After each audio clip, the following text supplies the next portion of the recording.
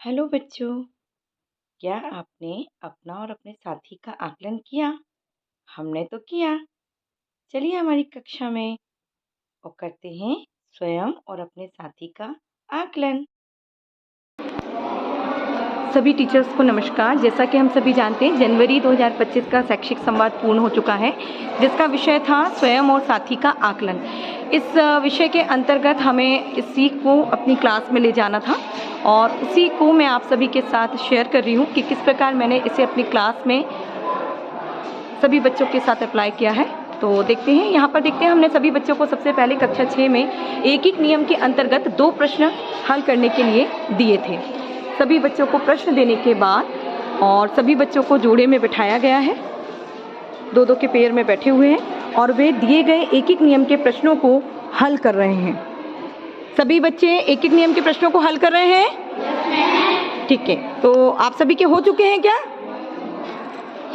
हो चुके हैं। तो अगर आप सभी के प्रश्न हो चुके हैं तो अब आज मैं चेक नहीं करूंगी, ठीक है? आप सभी को स्वयं का और अपने साथी का, जो आपके साथ बैठा हुआ है, उसका आकलन करना है। मतलब जो एक नियम के प्रश्न उसने हल किए उनकी जांच करना है, ठीक है? मजा आएगा।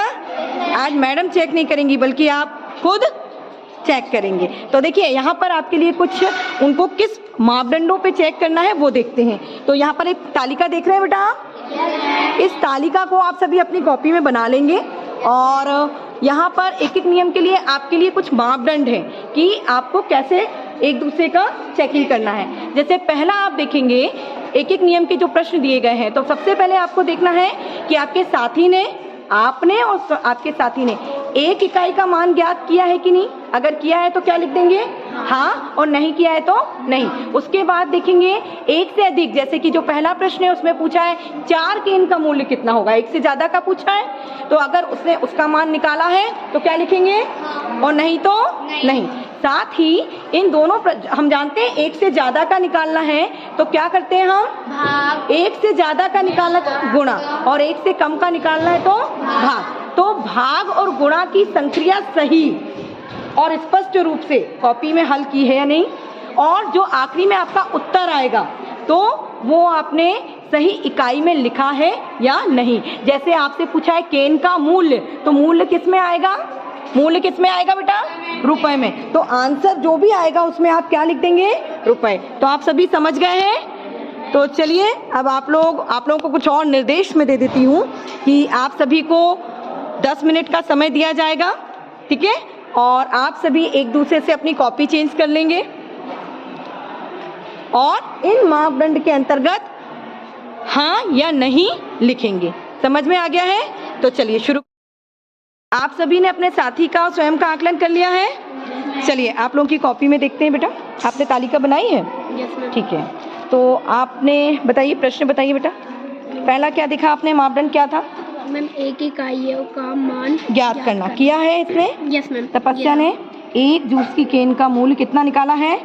210 बटे 6। ठीक है, 35 आया, ठीक है, निकाला है।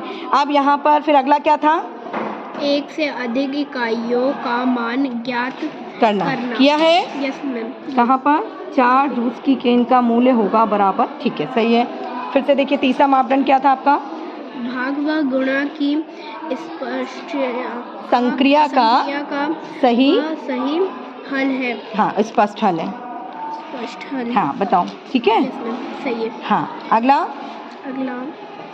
अगला मापदंड क्या था बेटा? उत्तर को इकाई सहित लिखना। बताइए, लिखा है? यस मैम, ये रुपए।